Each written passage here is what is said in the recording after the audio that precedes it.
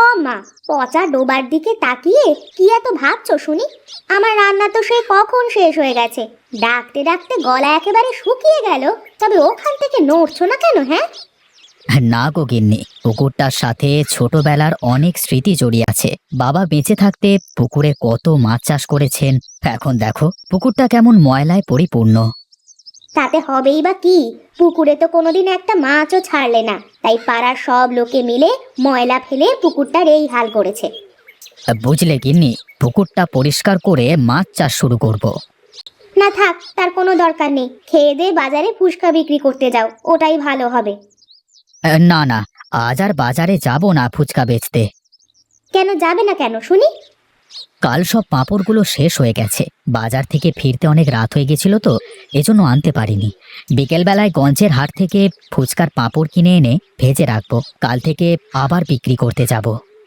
ও বুঝেছি, তোমার তো শুধু ফাঁকিবাজি ধান্দা। কিসে কাজ করা না লাগে শুধু সেই ফোন দিয়ে আটো। ঘরে বাজার শেষ, হাটে গিয়ে মাছ তরকারি কিনে আনো। আচ্ছা আচ্ছা ঠিক আছে, বাজারের ব্যাগটা দাও তো দেখি।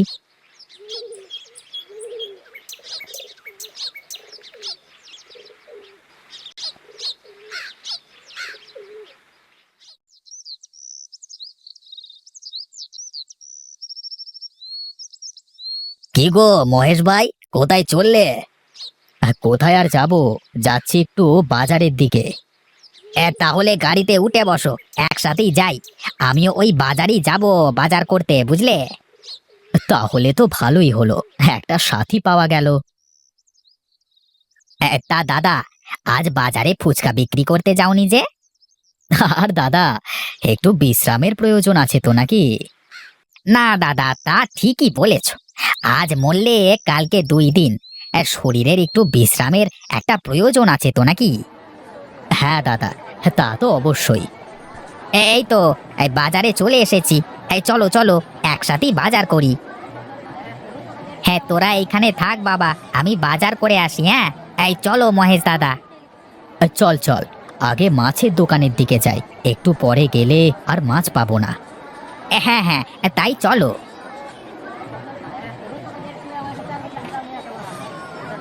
এই বড় বড় মাগুর মাছ, পাঙাশ মাছ নিয়ে যান, সাথে চুনোপুঁটি, পাবদা সব আছে, নিয়ে যান নিয়ে যান।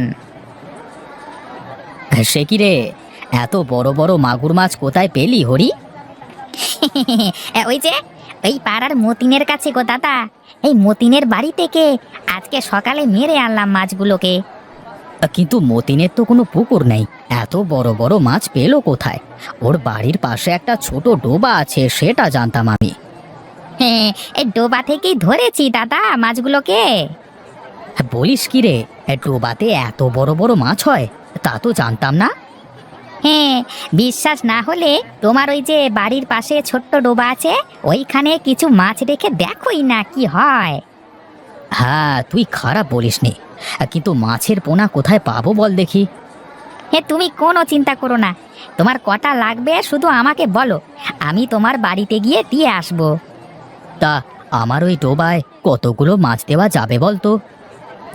তোমার তো অনেক বড় ডোবা, 200 পোনা ভালোভাবে ছাড়া যাবে, বুঝলে? আচ্ছা ঠিক আছে, তুই কালকে আমার ডোবায় 200 পোনা ছেড়ে দিয়ে আসিস, কেমন? ঠিক আছে দাদা, আমি কাল সকালেই যাব। আর এখন তুমি একটা কাজ করো দেখি, এই বড় মাগুর মাছটাকে নিয়ে যাও। আচ্ছা আচ্ছা ঠিক আছে, দে তাহলে।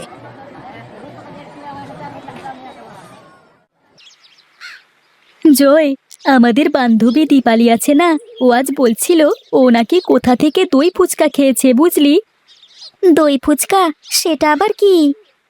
আরে বোকা, তুই কোনোদিন দই ফুচকার নাম শুনিসনি? কই না তো, আমি তো দই ফুচকার নাম কোনোদিন শুনিনি। শিমুলতলির হাট আছে না, শুনেছি ওখানে নাকি এক কাকু এই দই ফুচকা বিক্রি করে। লোকজন এই দই ফুচকা খাওয়ার জন্য লাইন লাগিয়ে দাঁড়িয়ে থাকে। বলিস কি রে, ফুচকা খেতে লোকে লাইন দিয়ে দাঁড়িয়ে থাকে? হ্যাঁ রে, তাই তো শুনেছি। ওখানকার ফুচকা নাকি খুবই পরিচিত, দূর দূরান্ত থেকে লোক আসে ফুচকা খেতে। বলিস কি, তাহলে তো আমিও আজ বাবাকে গিয়ে বলবো দই ফুচকা বিক্রি করতে। আমার বাবার ফুচকা তো এমন করে বিক্রি হয় না। তুই না বড্ড বোকা। দই ফুচকার জন্য তো শিমুলতলির হাট বিখ্যাত। কে এসে আমাদের বাজারের দই ফুচকা খাবে শুনি? সব দই ফুচকা খেতে শিমুলতলির হাটেই যাবে। তাই তো, তাহলে এখন আমি কি করি? অন্য কিছু দিয়ে ফুচকা বানাতে হবে, যাতে আমাদের হবিগঞ্জের হাটের নাম চারিদিকে ছড়িয়ে পড়ে। হবিগঞ্জেও স্পেশাল ফুচকা পাওয়া যায়। ঠিক আছে, আমি ভেবে দেখি কি করা যায়। তুইও একটু ভেবে দেখিস কেমন? বাড়ির কাছে চলে এসেছি, তুই যা, কাল আবার পাঠশালায় দেখা হবে।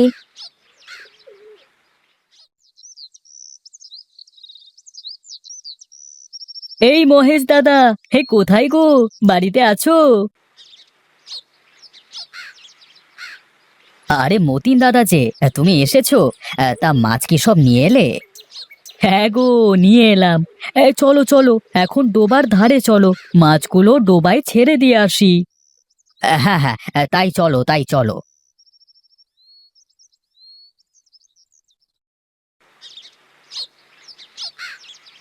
দাদা, তোমার পুকুরে অনেক খাবার আছে, মাছগুলো খুব তাড়াতাড়ি বড় হয়ে যাবে মনে হচ্ছে, বুঝলে? বলো কি? তাহলে তো অনেক ভালো হবে। ছাড়ো ছাড়ো, মাছগুলো ছাড়ো দেখি পুকুরে। তা তোমার ক টাকা হলো মতিন দাদা? 2000 টাকা। এই নাও দাদা টাকা। তাহলে আমি এখন আসি দাদা। আচ্ছা ঠিক আছে, এসো তাহলে। আজ 5-6 মাস হয়ে গেল পুকুরে মাছ ছেড়েছি। যাই, আজ একটা মাছ ধরে দেখি মাছগুলো কত বড় হলো।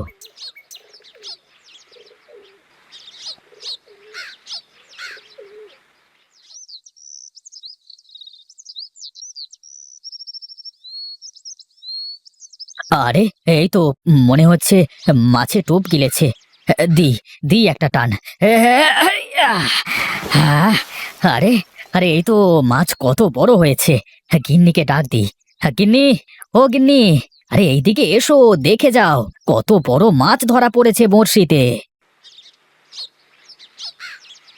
এই দেখো কত বড় মাছ ধরা পড়েছে বড়শিতে।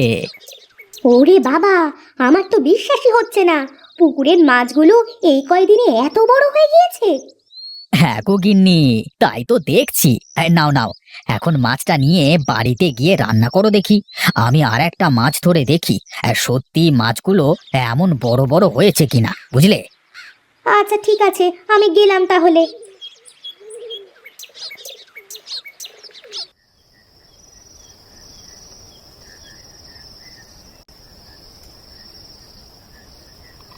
বাহ গিন্নি, হ্যাঁ মাছের তো সেই স্বাদ। দাও দাও, আমাকে আর দুটো মাছ দাও। তা শুনছো, এতগুলো মাছ কি করি বলো তো?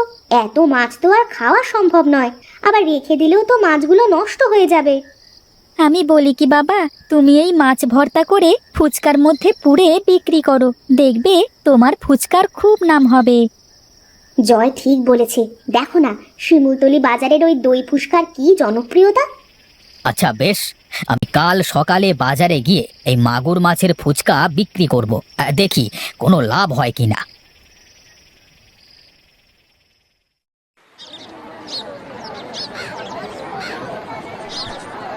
আরে বাহ দাদা, আরে আজকের ফুচকা তো সেই স্বাদ হয়েছে গো। তা কি দিয়ে বানিয়েছো? আমি তো ফুচকাতে মাছের স্বাদ পেলাম গো। তবে কি তুমি ফুচকাতে মাছ মিশিয়েছো দাদা? হ্যাঁ দাদা, এটা হলো মাগুর মাছের ফুচকা। বলো কি দাদা, মাগুর মাছের ফুচকা? হে, বেশ লেগেছে কিন্তু খেতে। হ্যাঁ দাদা, আমাকেও দাও তো দেখি আরো 1 প্লেট। হে, আমাকে একটা প্যাকেটে 2 প্লেট দিয়ে দিও, বাড়িতে নিয়ে যাব। এমন খাবার কি একা একা খাওয়া যায়? বাড়ি নিয়ে গিয়ে সবাই মিলে খেতে হবে। আমাকেও দিও, আমিও বাড়ি নিয়ে যাব। ভালো খাবার, সবাই মিলে খাবার আনন্দই অন্যরকম। ঠিক আছে দাদা, সবুর করো, আমি সবাইকে দিচ্ছি। দাদা, তা তোমার কত হলো বলো তো? 50 টাকা দিলেই হবে দাদা। সত্যি বলছো? হে, আজকাল 50 টাকায় এত ফুচকা মেলায় দেয় ভাই, তার উপর আবার এত ভালো ফুচকা। আগে দাদা, মাছ আমার নিজের পুকুরে তো, তাই দাম কম রাখছি। হ্যাঁ দাদা, খুব ভালো করেছো। এইভাবে চলতে থাকলে তোমার ফুচকার নাম চারিদিকে ছড়িয়ে পড়বে, বুঝলে? সবই আপনাদের দোয়া আর আশীর্বাদে দাদা। তা দাদা, এমন ফুচকা আজই কি প্রথম বানালে নাকি? হ্যাঁ দাদা, আজই প্রথম। তাহলে তোমার ফুচকার নাম হবে মাগুর মাছের ফুচকা, কি বলো দাদা? হ্যাঁ দাদা, নামটা জমেছে ভারী, মাগুর মাছের ফুচকা।